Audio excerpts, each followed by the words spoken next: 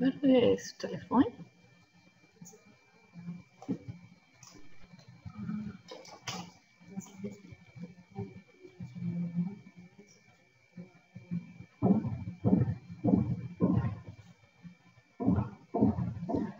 Seu nome está entrando quando...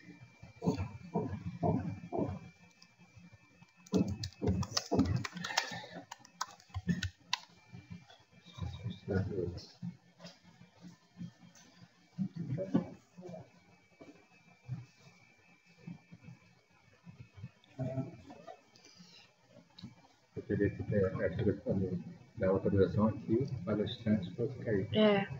Agora deixa assim. O próximo a gente...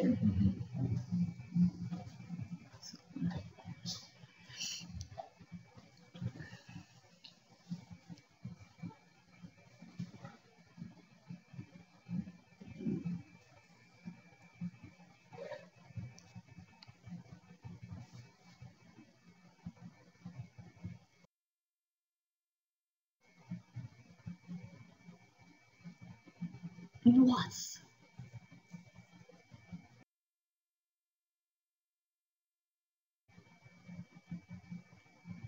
Restaurar.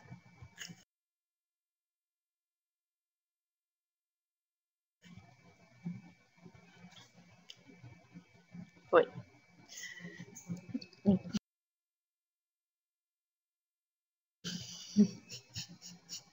Fala, nossa, foi o melhor. Então, vamos lá? Vamos começar?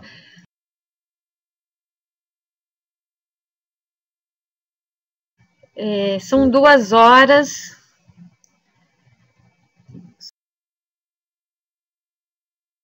Estou agradecendo vocês. Boa tarde a todos. Estamos iniciando as sessões de radiação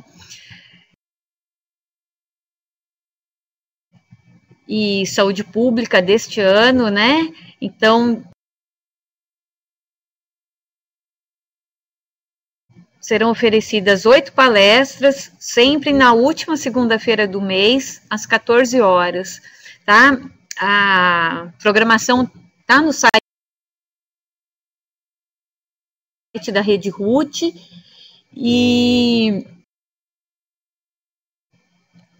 e eu gostaria de agradecer, nós estamos conseguindo aumentar a divulgação e aumentar a audiência, pedir que vocês também divulguem para os amigos e conhecidos sobre o tema, que é um tema novo, e a divulgação de um passando para o outro é sempre muito importante. Se alguém não estiver ouvindo, tiver problema de som ou imagem, é só avisar que a gente tenta corrigir daqui, tá bom? Então, meu nome é Liliane, tá? Parece como Angélica, mas eu sou a Liliane, a coordenadora desse SIG, e hoje nós teríamos o professor Lenine Fenelon Costa como palestrante, mas por questões de saúde ele não vai poder participar, e gentilmente, né, o professor Eduardo Ziad aceitou fazer essa apresentação dele. Tá bom? O professor Lenine, ele é especialista em medicina nuclear e medicina do trabalho. E atualmente é diretor do curso de medicina do trabalho da Universidade Estácio de Sá. O palestrante, então, que vai substituí-lo e que também tem muita experiência no tema, já trabalhou também com o professor Lenine, é o professor Eduardo Ziad, que é médico do trabalho aqui da CNEM e especialista em medicina do trabalho, saúde pública e toxicologia, tá? Todos os dois têm uma vasta experiência, muitos anos de trabalho nessa área e tem muito a contribuir conosco. Então, eu gostaria, assim, que vocês aproveitassem ao máximo a palestra e colocassem todas as dúvidas que vocês tenham, para no final, após a apresentação dele, nós vamos deixar aí um tempo para tirar essas dúvidas e conversar com vocês, tá? Então, aproveitem bem a palestra e podem escrevendo as dúvidas, que no fim eu resgato todas essas dúvidas para ele poder responder, tá bom? Boa tarde.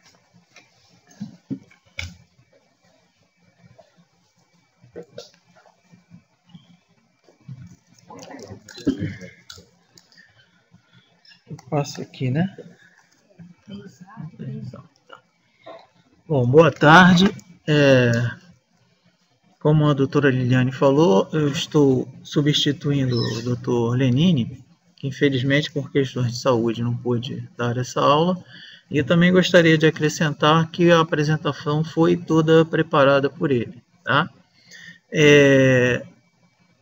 Esse tema ele é bastante extenso, e nós vamos tentar, na verdade, isso aqui é mais um estímulo para que as pessoas procurem se aprofundar mais no assunto, né? E aqueles que se interessarem podem escrever depois até para o doutor Lenine também, e tirar as dúvidas com possibilidade mais extensamente, né? Então, nós vamos começar aqui. A aula são os efeitos patológicos das radiações ionizantes. Aqui no page. Não está indo.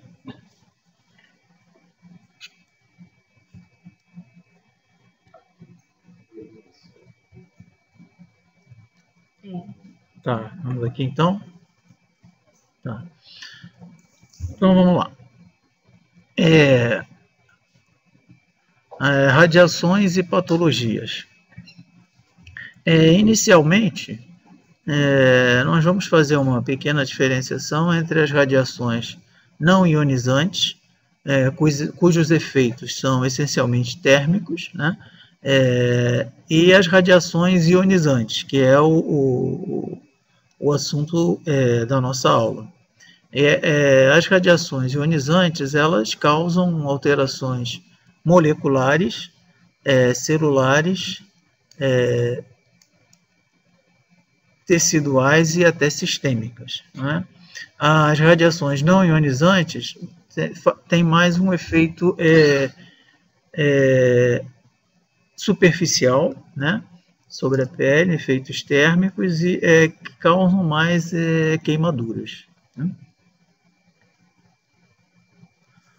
Bom, as radiações ionizantes causam basicamente dois tipos de efeitos. Os chamados efeitos determinísticos, que são causados por doses acima dos limites considerados, né, pela Agência Internacional de Energia Atômica para indivíduos expostos ocupacionalmente, ou seja, para as pessoas que trabalham na área, né? Esses efeitos determinísticos, normalmente, são de caráter agudo, porque são com níveis de radiação além dos previstos para as atividades programadas, né? E eles são diretamente proporcional à dose recebida pelo paciente.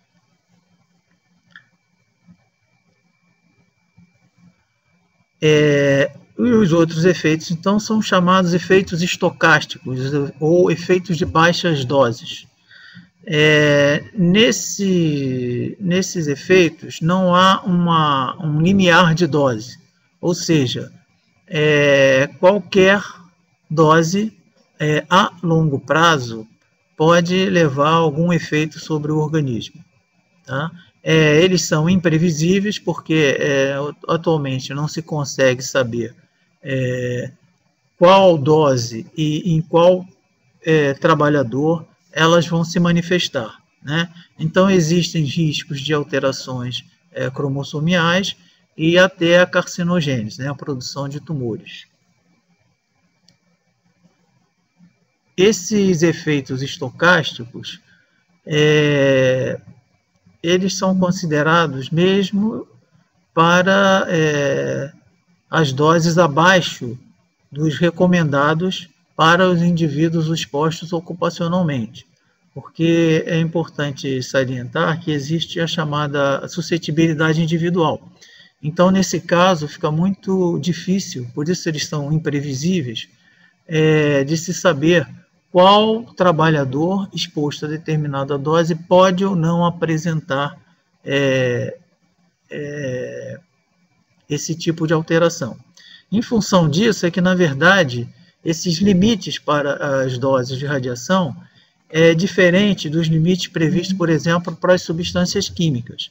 Então, para as doses de radiação, é fundamental que o trabalhador seja exposto sempre a uma dose menor possível, naquela que permita a execução da atividade com a menor dose possível de exposição. Tá? Isso é definido por um princípio chamado princípio ALARA, ou seja, é justamente isso. A atividade deve ser desenvolvida com a menor exposição possível.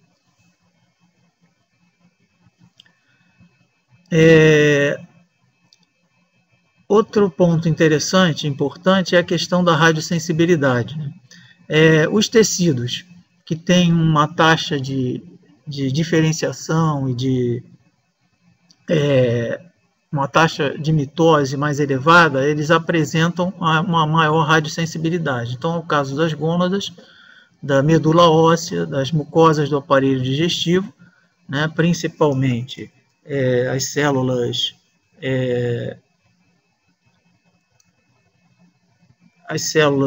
da mucosa do aparelho digestivo, os pulmões e as mamas. Só lembrando que no aparelho digestivo é o tecido que contém mais células do sistema retículo endotelial, que é o sistema de defesa do nosso organismo.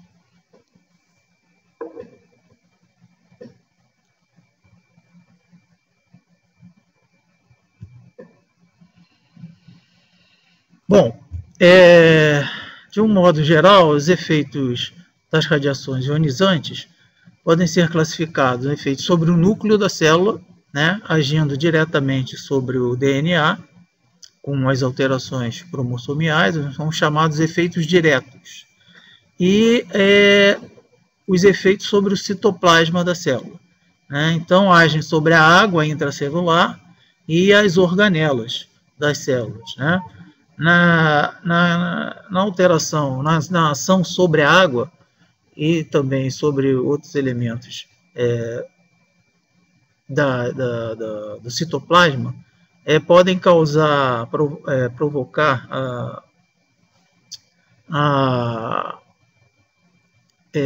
como é que se diz? A produção de radicais livres, né, que são lesivos para as células.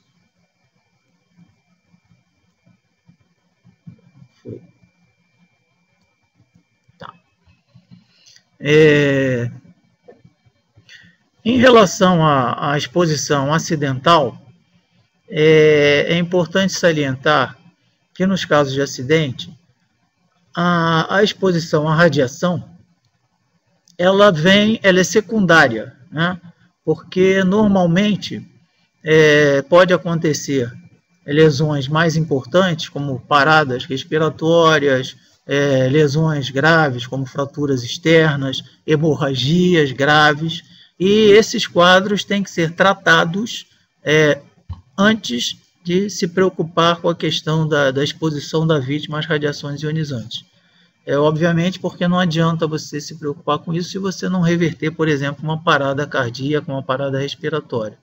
Né? Os casos de queimaduras graves, casos de hemorragias graves, né? Choques hipovolêmicos, né? Choques anafiláticos, enfim. Esses quadros mais graves devem ser tratados prioritariamente em relação ao tratamento para a exposição à radiação ionizante. Então, como eu estava falando, primeiros socorros às vítimas, né? Deve-se dispor sempre de uma equipe treinada e com equipamentos adequados.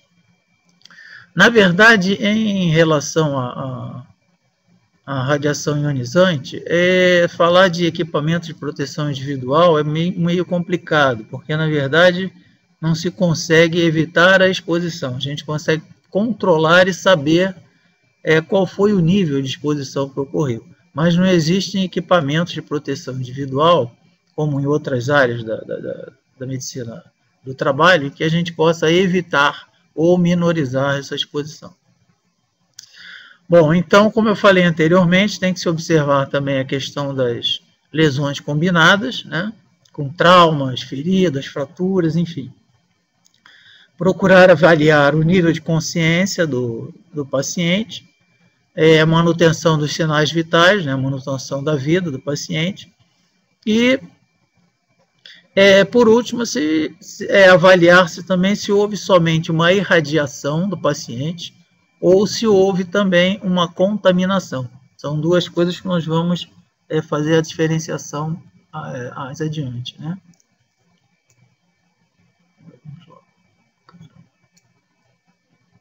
Tá. Bom, a contaminação, fazendo uma diferenciação, a radiação, na verdade, a pessoa recebe uma dose de uma fonte externa ao organismo e ela, então, é irradiada por essa fonte e recebe essa dose de radiação. No caso da contaminação, o material radioativo, ele está ou sobre a pele do paciente ou foi, inclusive, como é que se diz? Incorporado ao organismo do paciente. Então, essa contaminação pode ser externa, quando ela é sobre a pele, e a pele tem, como maior órgão do organismo humano, ela tem uma capacidade de absorção muito grande, então tem que se considerar também a apresentação do material radioativo, que pode ser líquida, por exemplo, e também a questão da contaminação interna. Contaminação interna, então, por via respiratória, por via digestiva, acidental, obviamente, né, quando o material radioativo é incorporado ao organismo. Ou pode haver também a questão da contaminação mista, quando ocorre a externa e a interna associadamente.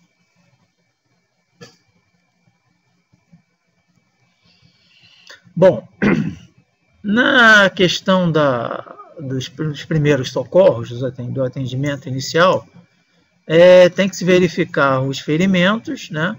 Verificar exatamente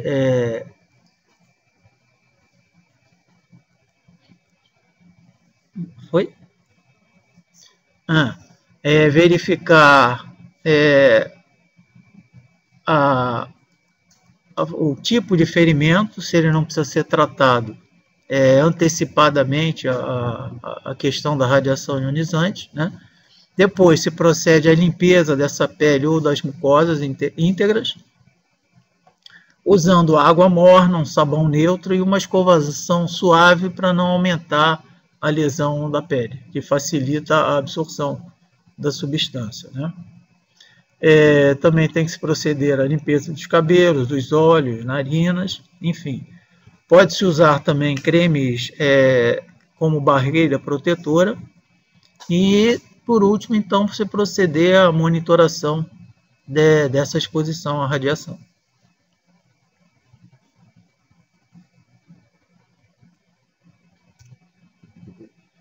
Não foi? Aqui?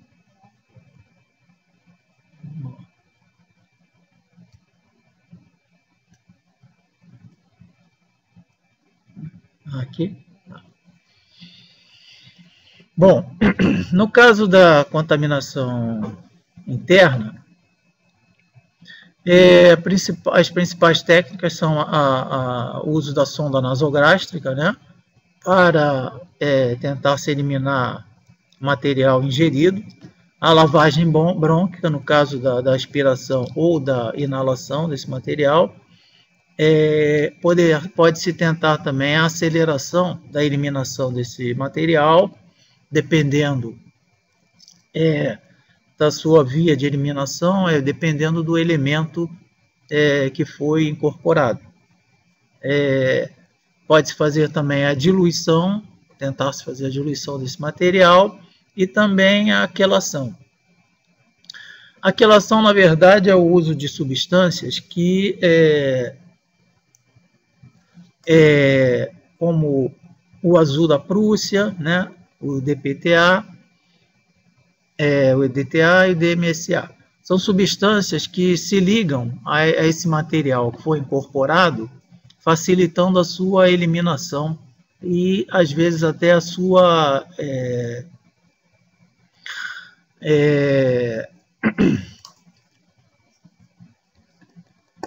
a eliminação, acelerando a eliminação desse material do organismo.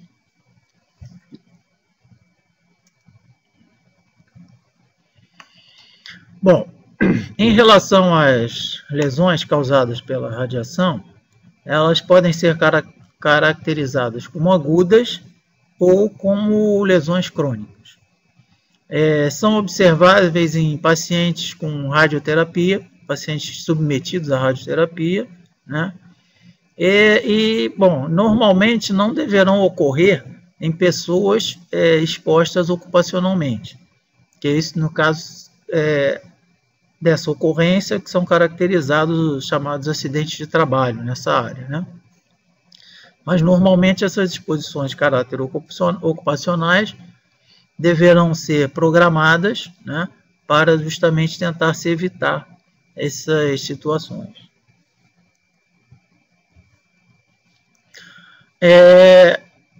As queimaduras causadas pela radiação, são chamadas radiodermites, elas têm uma característica importante de atingirem planos profundos, né? E nas extremidades, elas podem evoluir para necrose e levando à amputação dessa extremidade. Aqui alguns exemplos, né, no caso desse slide, a mão direita de um paciente, foi um contato rápido com uma fonte selada, utilizada numa atividade de agricultura, né? Ela teve uma evolução favorável em relação à radiolesão, porém deixou como sequela a chamada mão em garra, né? A cicatriz da lesão levou a chamada mão em garra. No próximo slide, nós vamos ver que ela evoluiu para a formação de bolhas, né? Que depois da cicatrização, então, da sua resolução, o processo cicatricial levou a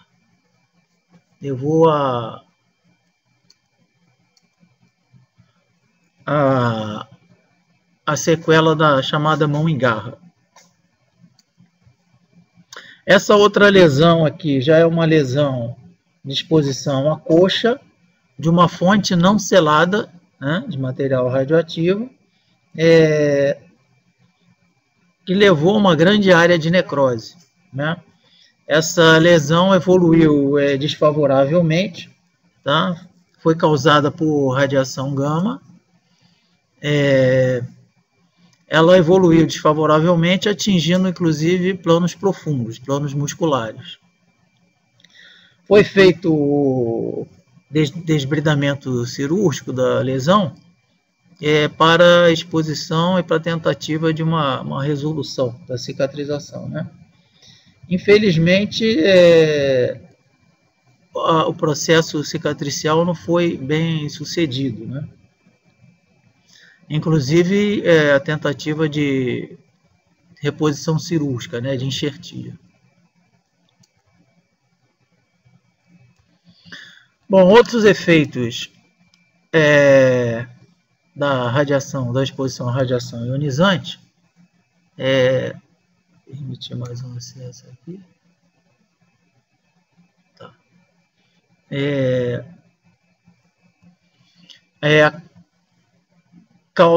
Podendo causar esterilidade, alopécia, né? Que essas lesões, dependendo do nível de exposição, podem ser permanentes ou temporárias. Essas lesões podem evoluir, como eu falei, no caso da exposição a extremidades, né? Podem evoluir para amputação em decorrência de uma radionecrose, né? Principalmente observadas nas extremidades, né? Aqui é um exemplo dessa exposição a raio-x, tá? Com evolução para a necrose e a amputação da extremidade. Entre a exposição, quer dizer, entre o primeiro slide e o último slide, né, já aí com a amputação, aqui, bom, nós tivemos um intervalo aí de 90 dias de evolução.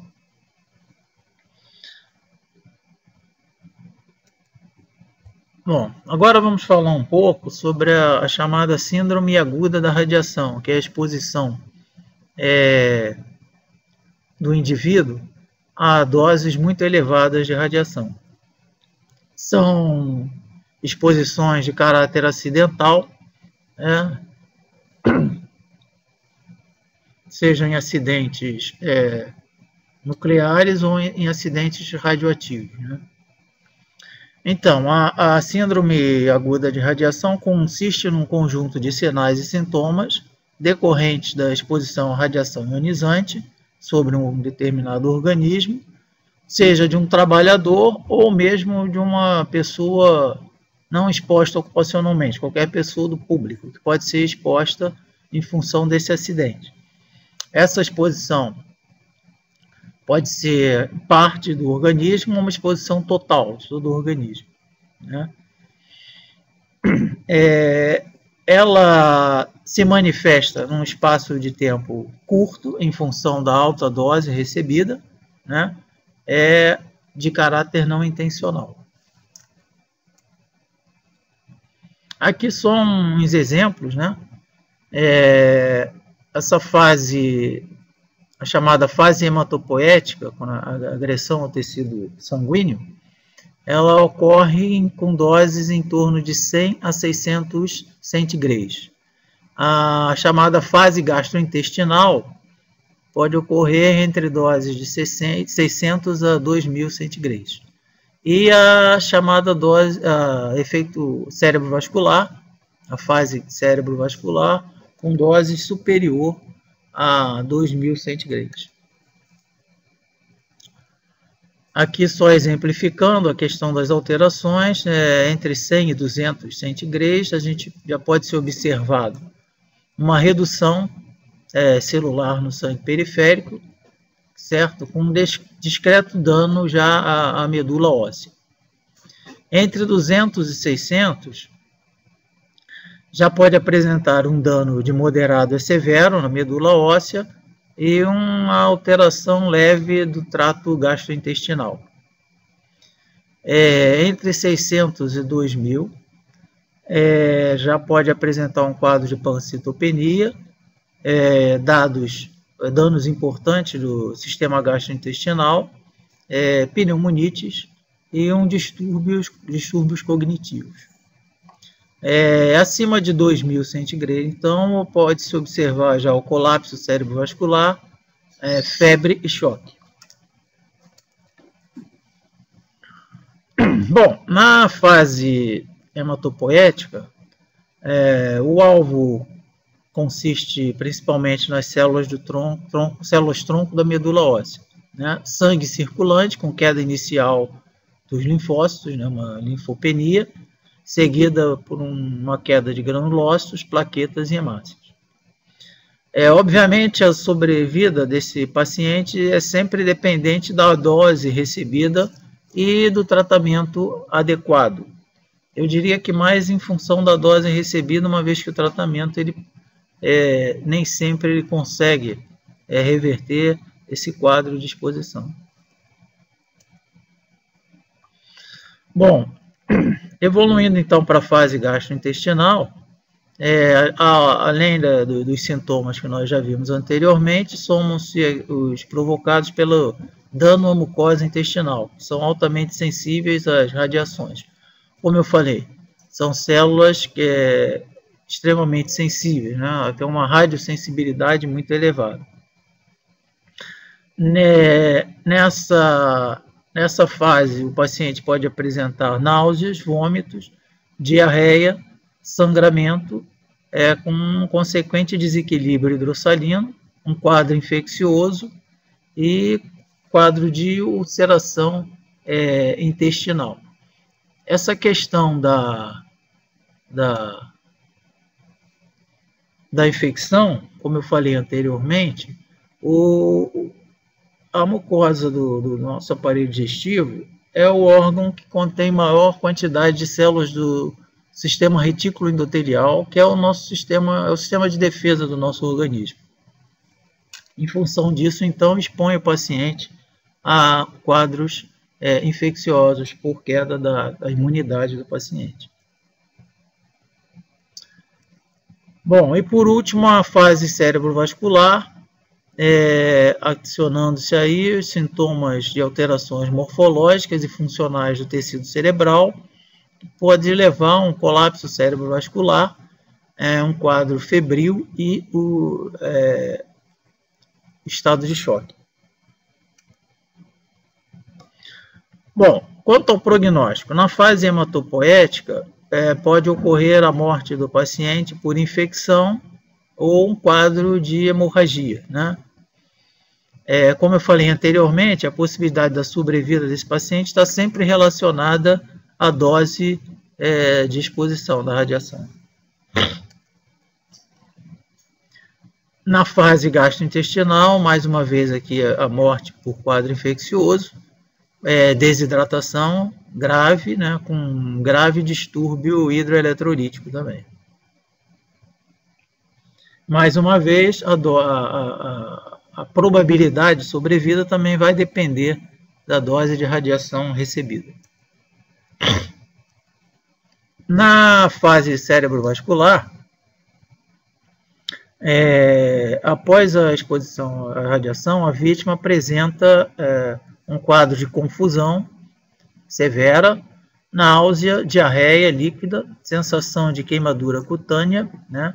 E após um curto período de latência, um quadro de diarreia, convulsões, podendo levar ao estado de coma e a morte. Bom, o tratamento, obviamente, em função da possibilidade do quadro infeccioso, deve ser sempre efetuado num ambiente asséptico, né? Com alimentos líquidos e sólidos esterilizados, transfusões de sangue, quando for o caso, de plaquetas,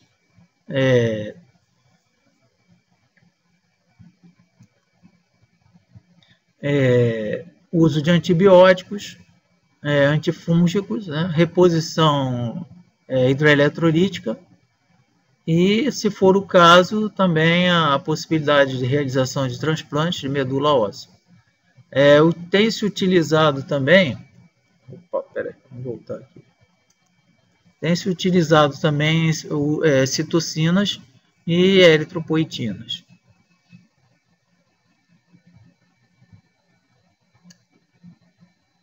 Bom, em princípio era isso. Como eu falei, dado o tempo que a gente dispõe, eu procurei fazer um apanhado geral, né, dessa exposição, e como eu falei também anteriormente, aqueles que tiverem, que eu não puder retirar as dúvidas agora, né, nessa segunda parte da apresentação, podem encaminhar também e-mails para a gente tentar responder posteriormente. Muito obrigado.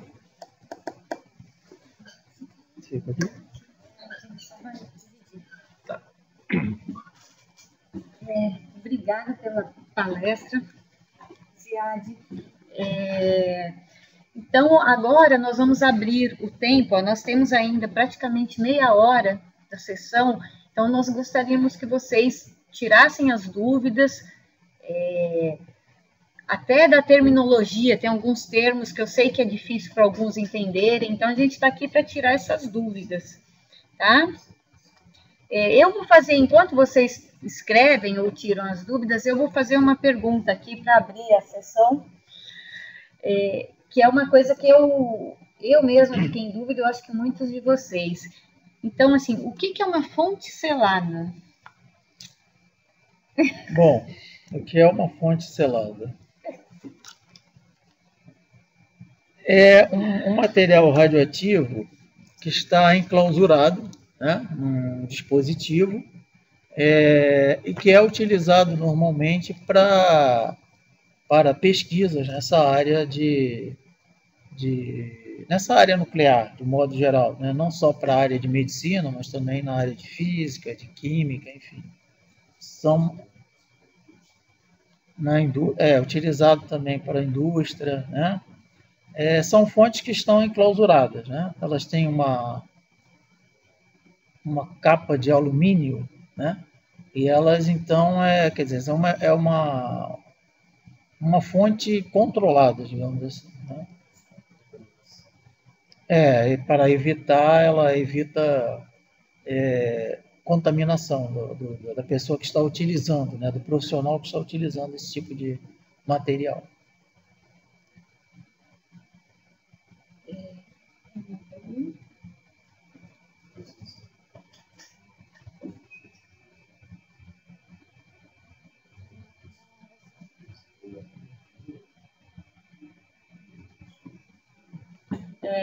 Nós temos aqui um grupo de auxílio, e aí lembraram muito bem que a fonte de Goiânia era uma fonte selada, mas que foi violada, né? E aí passou a ser uma fonte não selada. É um bom exemplo para lembrar.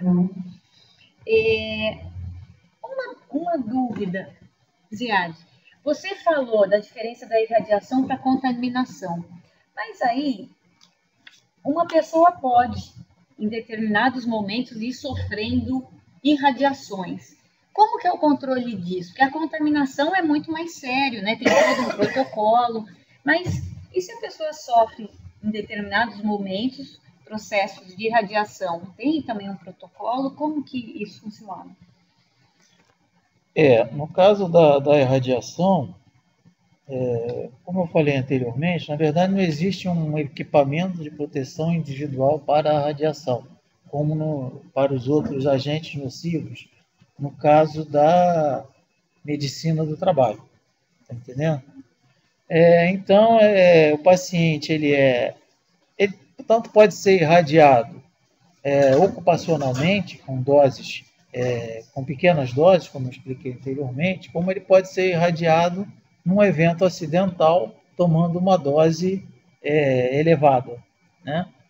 Na verdade, a única forma de se detectar, né, esse tipo de exposição é pelo uso dos chamados dosímetros, né? O dosímetro, o filme dosimétrico, né? Um anel também dosimétrico, que é utilizado pelo trabalhador da área rotineiramente. Então, ele para trabalhar numa atividade em que ele pode ou é exposto a doses baixas de radiação ionizante, ele utiliza esse tipo de dispositivo que periodicamente, normalmente mensalmente, né, ele é avaliado por um laboratório especializado, como por exemplo no Instituto de Radioproteção e Dosimetria, que é um órgão da CENEM, e então se pode determinar mais ou menos a dose que esse trabalhador recebeu num determinado período. E com essa dose, pode-se programar se ele está em condições ainda de continuar na sua atividade ou se ele tem que, dependendo da dose recebida, ou se ele tem que aguardar um tempo fora dessa atividade, fora dessa exposição, para depois, então, retomar a sua atividade habitual. O anel que você diz é um anel mesmo? É um anel mesmo, que tem um dosímetro, né? Porque a fita é mais conhecida porque fica no crachá e você posiciona. Isso. Ela fica na altura, normalmente utilizada na altura do peito. Né? Isso. E o anel é quando você manipula material. Então, esse anel, como ele fica na mão da pessoa, né? Então, do trabalhador, ele pode ser utilizado para monitorar esse tipo de exposição. Entendi.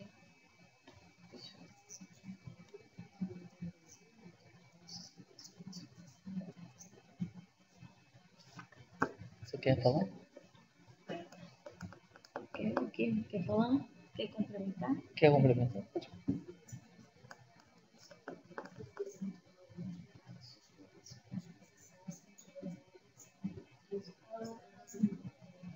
Que é a avaliação das alterações.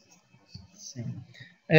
A colega está lembrando aqui a questão do... Esse tipo de dosímetro que a gente está falando é o chamado dosímetro físico, né?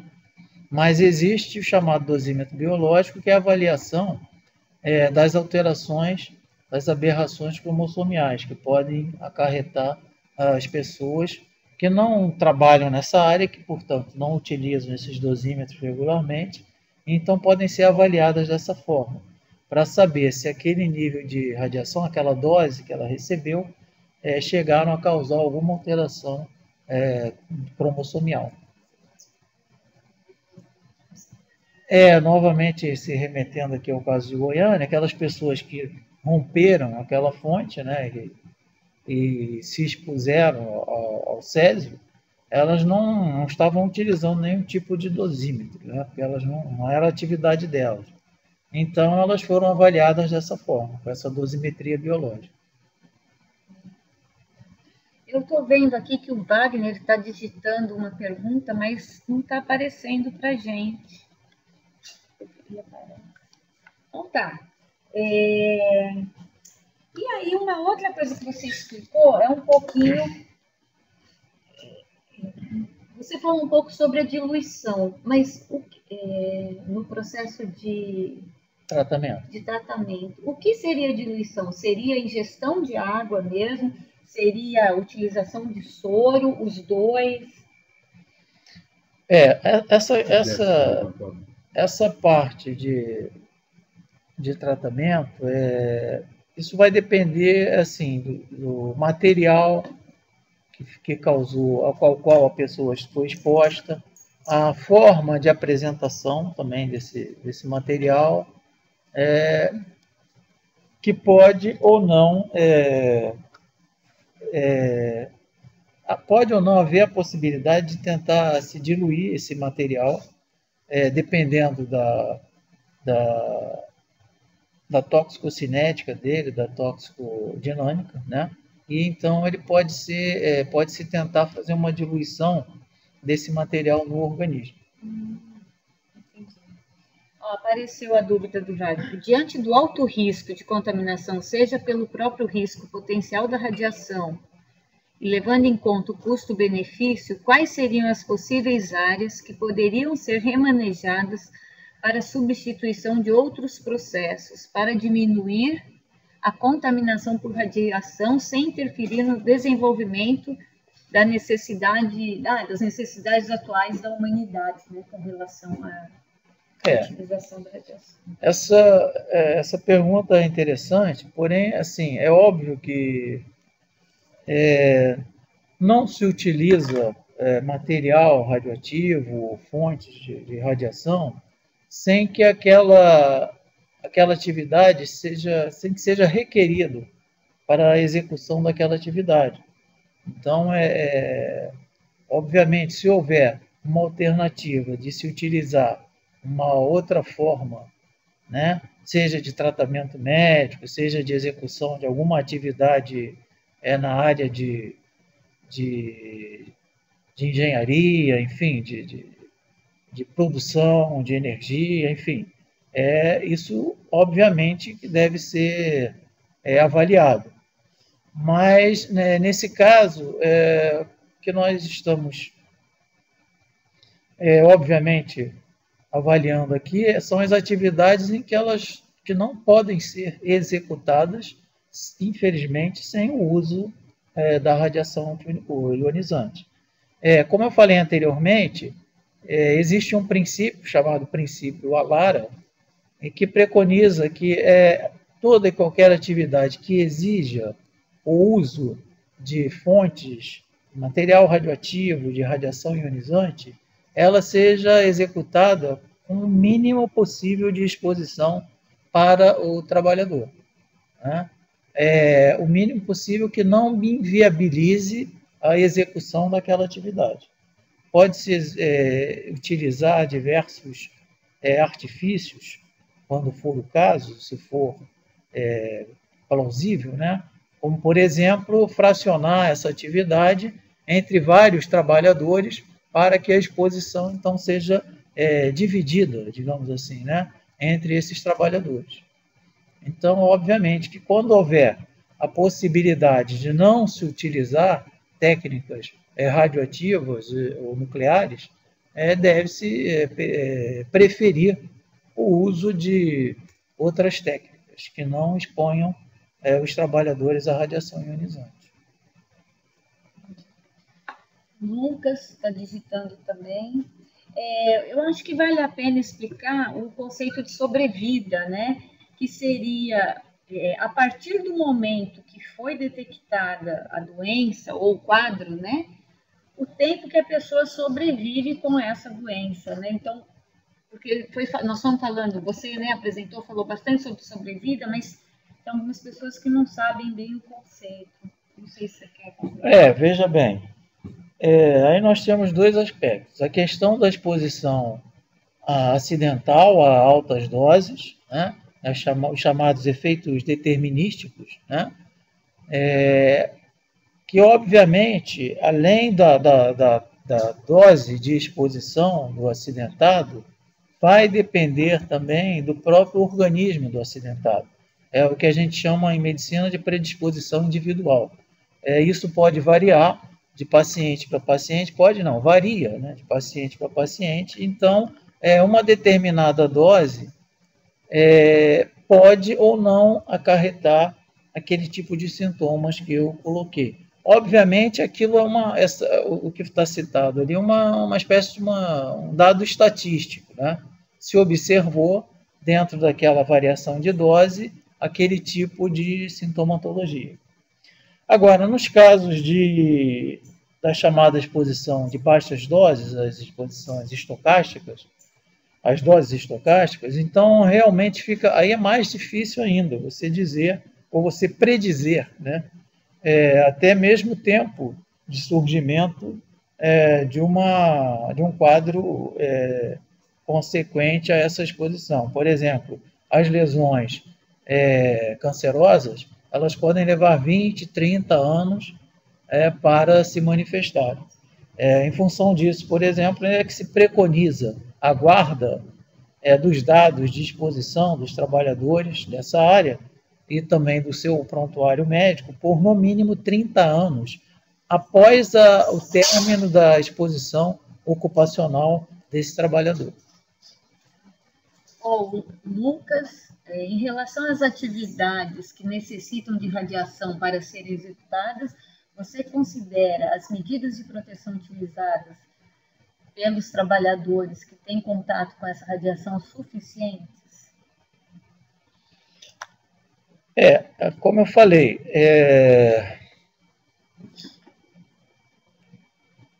essas doses de exposição ocupacional, elas caem na situação das chamadas baixas doses. Então,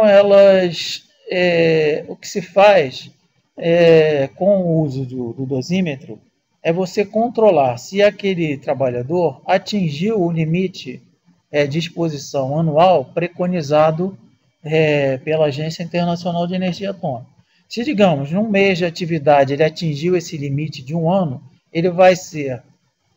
a atividade dele vai ser interrompida, ele só vai retornar essa atividade ao final de 12 meses. Aí ele vai recomeçar esse controle. Então, é óbvio que, no caso dos efeitos estocásticos, esse controle ele é relativamente efetivo. Tá? Ele como eu falei anteriormente, pode haver uma variação, né, entre os trabalhadores expostos e alguns podem sofrer algum tipo de consequência a essa exposição que outros trabalhadores expostos à mesma dose não venham a se manifestar. É importante lembrar que essa questão também da exposição, como para qualquer outro qualquer outra substância, qualquer outro agente nocivo, até do ponto de vista toxicológico, uma coisa importante na questão da exposição é o fracionamento dessa dose. Uma coisa é você receber uma dose X numa exposição única, seja, por exemplo, acidental, durante a sua atividade. Outra coisa é você receber essa mesma dose fracionada durante um período de, digamos, 1 ano de atividade laborativa. Então, as consequências provavelmente serão completamente diferentes. Eu lembro de uma das palestras do ano passado que também, por exemplo, acontece às vezes do trabalhador ter todo aquele treinamento, estar preparado, usando os equipamentos, numa área protegida, e teve exemplos, né, até na aula do professor Suíta, que ele mostrou que o trabalhador tentou ir resolver problemas, e o treinamento dizia para ele não ir. Então, às vezes, o trabalhador quer ajudar, né, quer resolver um problema e acaba se expondo a essas doses indevidas, inadequadas, e passa a ser um problema tanto para ele, né, como para todos que estão ao redor. Estabelecidas, né? Justamente, o professor Suíta está lembrando aqui que isso trata-se de descumprir essas normas e essas regras estabelecidas para a atividade laborativa. É o que a gente chama em medicina do trabalho, em acidente do trabalho, de um ato inseguro, né? Então, o trabalhador desrespeitou aquelas normas preconizadas para aquela atividade e aí, infelizmente, ele acaba se expondo a uma dose desnecessariamente. Mesmo que ele tenha a maior boa vontade, né, que depois tem os relatos, né, eu quis ajudar, quis resolver, mas não pode fugir às regras, principalmente quando se trata de radiação, né? É importante. Isso. Sim, é verdade. Essa situação ela pode acontecer em outras áreas também. O importante é que o problema é que no caso da radiação ionizante, quando o paciente toma a dose, ele tomou a dose, não tem como reverter. Diferente de, às vezes, de uma substância química em que você pode, através de um tratamento, uma quelação, ou um aumento utilizar alguma medicação que acelere, né, a eliminação daquela substância, ou até a utilização de antídotos, né, que no caso da radiação não existe. O pessoal do Sereste e a Jéssica estão digitando. Já podem mandar? Podem. Então lá. Enquanto eles estão digitando, eu gostaria de dizer que as apresentações do ano passado já estão disponíveis no YouTube. Nós estamos agregando essas palestras também, e quem quiser pode pedir essas apresentações no meu e-mail e eu encaminho para vocês, tá? Nós temos um e-mail do SIG Radiação, mas eu não estou com ele agora aqui. Então, eu vou deixar o meu e-mail e respondo do SIG Radiação e Saúde, tá? Então, meu e-mail é Liliane Teixeira. Eu vou digitar, que eu acho que fica melhor. Opa, desculpa.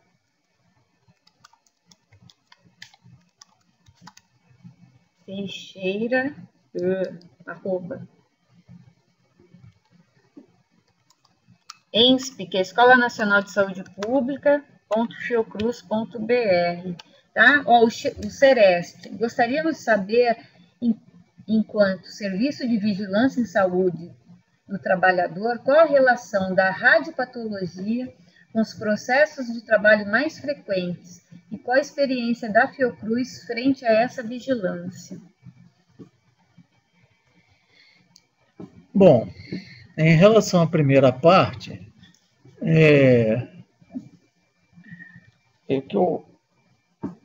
deixa eu ler de novo aqui. Qual a relação da radiopatologia com os processos de trabalho mais frequentes? Qual é essa aqui? Tá. Hoje em dia, existe uma gama de atividades muito grande, até em saúde, né? Que são utilizados, né, material radioativo? Então, nós temos toda a parte de medicina nuclear, temos a parte de radiodiagnóstico, radioterapia, e temos também, fora da área da saúde, o uso de técnicas nucleares para outras atividades, como, por exemplo, irradiação de alimentos, né? A questão do raio-x industrial, né? Então, a cada dia aparecem não só técnicas novas que utilizam material radioativo, bem como esse tipo de atividade, ela cresce numericamente. Hoje em dia existe uma gama muito grande de empresas que atuam nessa área, né? Que atuam como clínicas de radioterapia, empresas que trabalham com raio-x industrial, entendeu? Empresas que trabalham com irradiação de alimentos, quer dizer, ela não cresce só em número de técnicas essa atividade, como cresce também em número de empresas envolvidas nessas atividades e, obviamente, então, com o crescimento desse número de empresas, cresce o número de trabalhadores ocupacionalmente expostos, né, à radiação ionizante. Com relação à Fiocruz, quer dizer, a vigilância é uma tarefa do IRD, que é Instituto de Radioproteção e Dosimetria, também ligado à CNEM. Acho que eu falei certo.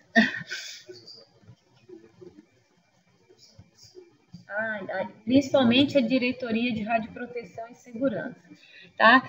Mas a Fiocruz, então, nós iniciamos essa parceria com o IEM para começarmos uma divulgação sobre saúde do trabalhador e radiação e saúde pública, porque nós queremos ter uma maior mobilização e começarmos a nos aproximarmos do Sereste. O município do Rio de Janeiro, a vigilância, os Serestes, né, e a vigilância estão mais acessíveis a essa questão, porque um dos secretários tem toda essa formação na área de radiação, tá? Então, mas isso é local, aqui no Rio de Janeiro, tá bom? Os outros municípios não, mas nós estamos querendo realmente tentarmos fazermos uma aproximação entre as duas instituições e melhorar o fornecimento de informações, tá? O Sereste de Quixeramobim de novo. E as torres celulares, até que ponto influenciam nessa radioatividade? A radiação advinda dessas torres de celulares e dos próprios celulares, elas não têm um caráter ionizante, quer dizer, não se trata de radiação ionizante, ok?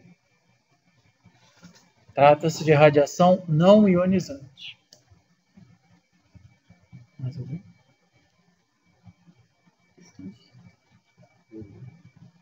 Você falou em alopecia, precisa falar o quê? Se alguém não entendeu. Obrigado.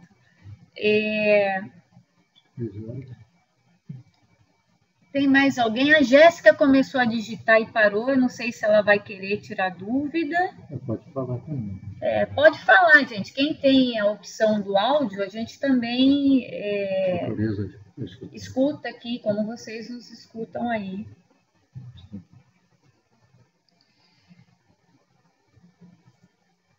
Tem que abrir o áudio para quem quiser. Abre aqui? Na hora que ela pedir, levantar, pode abrir, se ela quiser.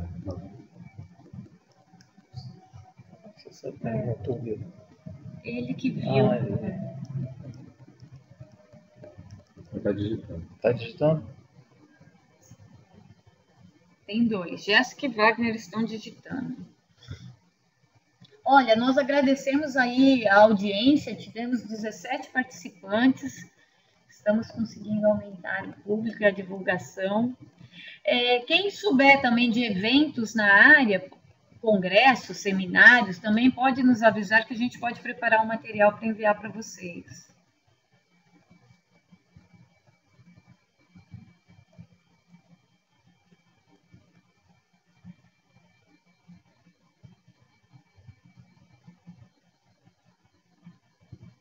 Angélica, isso aí. Ah,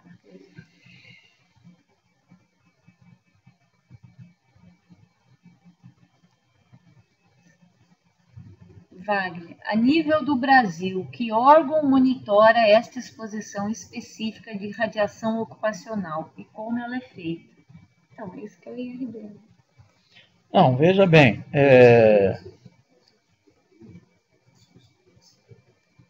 o órgão competente, né, para normatização nessa área é a Comissão Nacional de Energia Nuclear, através da sua diretoria de radioproteção e segurança. Entretanto, a questão de vigilância em saúde nessa área também é competência da Anvisa, Agência Nacional de Vigilância Sanitária, que delega às vigilâncias sanitárias locais, estaduais e municipais, competência para atuarem nesta área também.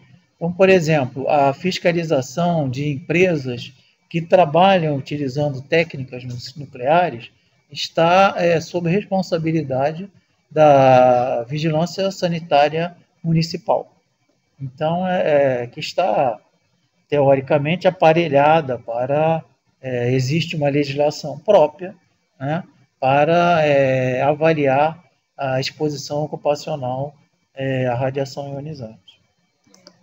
Olha lá, a dúvida da Jéssica. O micro-ondas seria ionizante? Porque já ouvimos várias vezes ser dito que tem que ficar longe dos quartos, não pode ficar na mesma sala quando estiver ligado, etc. Mas, na verdade, a maioria das pessoas fica em frente a ele enquanto está ligado. Pode ser realmente prejudicial à saúde? Bom, olha só, Jéssica, eu realmente nunca parei para realmente estudar mais essa parte, mas na verdade não se trata de radiação ionizante, trata-se de radiação não ionizante, ok? Pode ter algum efeito sobre a saúde, sobre o organismo. Hoje em dia isso já está sendo mais estudado, mas eu acho que ainda não há uma definição muito clara em relação a fornos de micro-ondas, celulares, enfim, outros equipamentos que utilizam a radiação não ionizante, ok?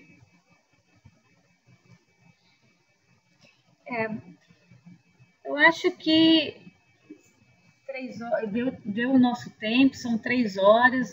Agradecemos ao professor Lenine por ter preparado a apresentação, ao professor Ziad de ter conversado com ele, os dois entrarem aí num acordo para a apresentação. Foi uma ótima apresentação, obrigada, Ziad. Não seria interessante deixar meu e-mail?